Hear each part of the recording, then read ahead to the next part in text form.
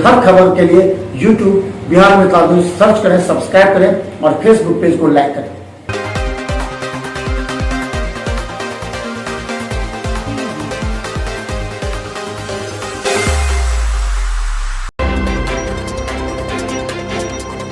Shankara model school में लगाए गए स्वास्थ्य कैंप एवं कोविड टीकाकरण केंद्र का मुख्यमंत्री द्वारा अवलोकन किया गया। उन्होंने वहां स्वास्थ्य कैंप में जनरल ओपीडी, आईओपीडी, संचारी रोग जिसमें टीबी, मलेरिया का जांच, गैर संचारी रोग जिसमें कैंसर, ब्लड प्रेशर, डायबिटीज का जांच, वंडर ऐप व दवा वितरण शिविर का भी अवलोकन किया।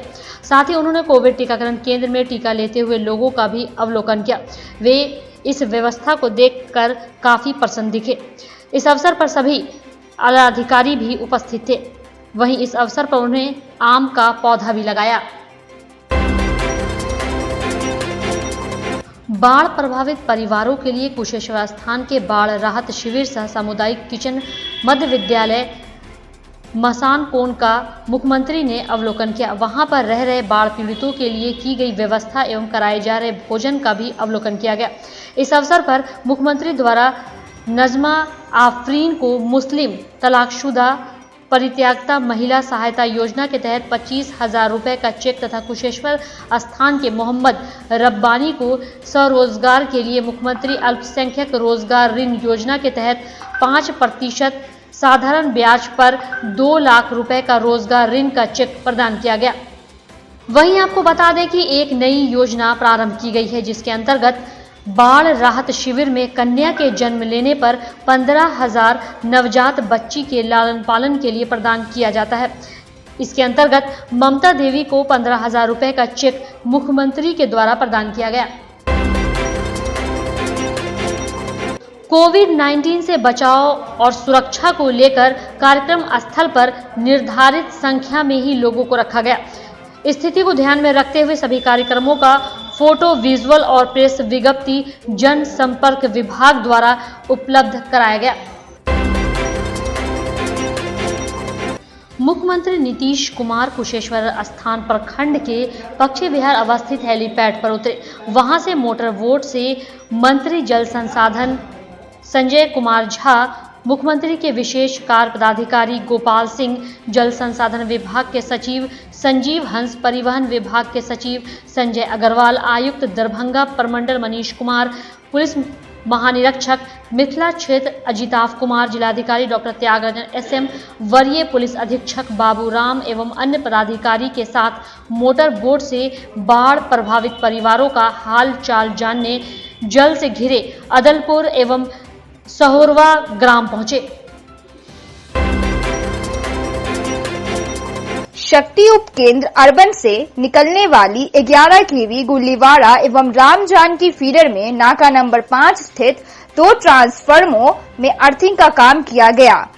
इसके कारण संबंधित ट्रांसफर की बिजली आपूर्ति 31 अगस्त को सुबह 10 बजे से शाम 4 बजे तक बाधित रही। वहीं DTR की LT लाइन बाधित रही। इसके कारण सहसुपन, पुरानी मुंसफी आदि मोहल्लों में बिजली आपूर्ति बाधित रही। इसके अलावा सुबह 10:30 बजे से शाम 4 बजे तक रामानंद पथ, बलभद्रपुर, VIP रोड, बेता चौक आदि इलाकों में भी बिजली बाधित रही।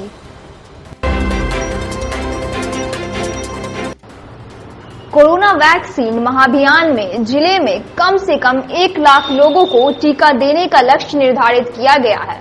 टीकाकरण के लिए जिले भर में कुल 374 केंद्र बनाए गए हैं। वहीं दूसरी ओर सोमवार को जिले में 32 केंद्रों पर 8,000 से अधिक लोगों को कोरोना का टीका दिया गया है। जिले में जल्द से जल्द सभी लाभार्थियों को कोरोना का टीका देने के लिए पूरे जिले में टीकाकरण महाअभियान चलाया जाएगा। महाअभियान की सफलता के लिए जिले को कोविशील्ड वैक्सीन की 1,26,000 डोज उपलब्ध की गई है।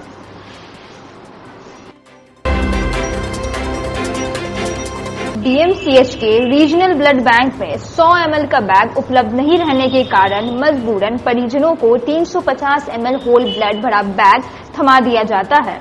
सूत्रों के अनुसार ब्लड बैंक को वर्षों से पीडियाट्रिक बैग उपलब्ध नहीं कराया जा रहा है। खून को निर्धारित तापमान में रखने की व्यवस्था शिशु रोग विभाग में नहीं है। इस वजह से बच्चे को खून चढ़ाने के बाद थैले में बचा ब्लड बर्बाद हो जाता है। खून का एक एक बूंद बेहद कीमती होता है। बावजूद इसके डीएमसीएच ब्लड बैंक में 100 ml का बैग उपलब्ध नहीं रहने से रोज खून की बर्बादी हो रही है। नवजात और छोटे बच्चों को आमूमन एक बार 50 से 100 ml होल ब्लड चढ़ाने की आवश्यकता होती है। डीएमसीएच रीजनल ब्लड बैंक के प्रभारी मेडिकल ऑफिसर डॉक्टर संजीव ने बताया कि उनके यहाँ पीडियाट्रिक बैग उपलब्ध नहीं है। दरभंगा मेडिकल कॉलेज के प्राचार्य डॉक्टर केएन मिश्रा ने माना कि छोटे बच्चों को एक बार में 50 से 100 ml खून चढ़ाने की जरूरत होती है।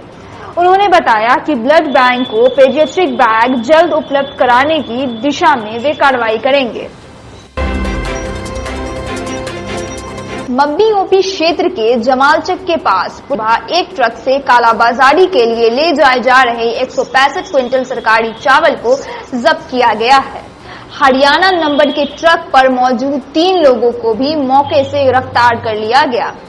पुलिस की सूचना पर खाद्यान्न की जांच करने के लिए सदर एमओ प्रदीप झा मौके पर पहुंचे।